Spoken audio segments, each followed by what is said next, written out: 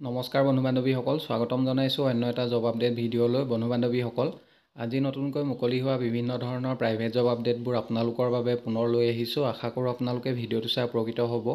1 নম্বৰতে situation vacant, true value পদ্মাৰ কাৰ ৱৰ্ল্ডৰ ফালৰ পৰা জবটো মুকলি হৈছে। 1 নম্বৰ পষ্টটো হৈছে ইভালুটৰ। লোকেশ্যনবোৰ হৈছে বৰপেটা, পাঠশালা, ধুবুৰী আৰু গোৱালপাৰা লোকেশ্যনৰ পৰা কেণ্ডিডেট বিচৰা হৈছে। 2 নম্বৰ পষ্টটো হৈছে RF coordinator for Boragaon, Guwahati. 3 number event manager for Boragaon, Guwahati. এইকেইটা লোকেশ্যনৰ বাবে কেণ্ডিডেট বিচৰা হৈছে। এডুকেশ্যনেল কোৱালিফিকেশ্যন গ্ৰেজুৱেট, লগতে ড্ৰাইভিং লাইচেঞ্চ মেণ্ডেটৰী হয় আৰু মিনিমাম 1 year এক্সপিৰিয়েঞ্চ বিচৰা হৈছে চেলছৰ। Automobile experience mandatory. ফ্ৰেছাৰসকলেও আপোনালোকে আবেদন কৰিব পাৰিব। ইণ্টাৰেষ্টেড প্ৰাৰ্থীসকলে জিমেইল দিয়া হৈছে, তাতে আপোনালোকৰ CV বা ৰিজিউমখন সোনকালে পঠিয়াই দিব। আৰু যদি অধিক কিবা জানিব বিচাৰে কণ্টেক্ট নাম্বাৰ দিয়া হৈছে, আপোনালোকে অফিচাৰৰ ওচৰত যোগাযোগ কৰিব পাৰিব। পাছলৈ যদি শ্বৰ্টলিষ্টেড হয় আপোনালোকক ইণ্টাৰভিউৰ কাৰণে মতা হ'ব। 2 নম্বৰ জবটো RFL গ্ৰুপৰ ফালৰ পৰা মুকলি হৈছে। Job vacancy RFL group. Job vacancy for all district in Assam. Sales officer পষ্টৰ বাবে অসমৰ প্ৰত্যেকখন জিলাৰ পৰা কেণ্ডিডেট বিচৰা হৈছে।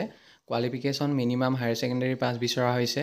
এজ লিমিট মিনিমাম 24 আৰু মেক্সিমাম 30 yearsলৈকে আপোনালোকে এপ্লাই কৰিব পাৰিব আৰু মেল ফিমেল সকলো কেণ্ডিডেটে আপোনালোকে আবেদন কৰিব পাৰিব। জবটো কোনো ধৰণৰ কনচালটেঞ্চি নহয়। আপোনালোকে যদি ইণ্টাৰেষ্টেড হয় কণ্টেক্ট নাম্বাৰ দুটা দিয়া হৈছে, অফিচাৰৰ ওচৰত যোগাযোগ কৰি ল'ব। ইয়াৰ লগতে ডিষ্ট্ৰিক্ট ৱাইজ ডিষ্ট্ৰিবিউটৰ বিচৰা হৈছে, আপোনালোকে সোনকালে যোগাযোগ কৰি ল'ব। 3 নম্বৰ জবটো বেনেলি ডিলাৰশ্বিপৰ ফালৰ পৰা মুকলি হৈছে। New job openings at Benelli dealership. Experience থকা কেণ্ডিডেটসকলক প্ৰিফাৰেঞ্চ দিয়া হ'ব জবকেইটাৰ বাবে। পষ্টবিলাক হৈছে telecaller, team leader, sales consultant, showroom hostess, service advisor, parts manager, technician. এই পষ্টবোৰৰ বাবে কেণ্ডিডেট বিচৰা হৈছে। ইণ্টাৰেষ্টেড আৰু ইলিজিবল কেণ্ডিডেটসকলে জিমেইল দিয়া হৈছে, তাতে আপোনালোকৰ CV বা ৰিজিউমখন সোনকালে পঠিয়াব পাৰিব বা আপোনালোকে ডাইৰেক্টলি যোগাযোগ কৰিব পাৰে। এড্ৰেছটো দিয়া হৈছে বৈশিষ্ট্য চাৰিআলি NH 37, DN tower opposite Megha plaza, city Guwahati, district Kamrup metropolitan. এই এড্ৰেছত আপোনালোকে সোনকালে যোগাযোগ কৰি ল'ব।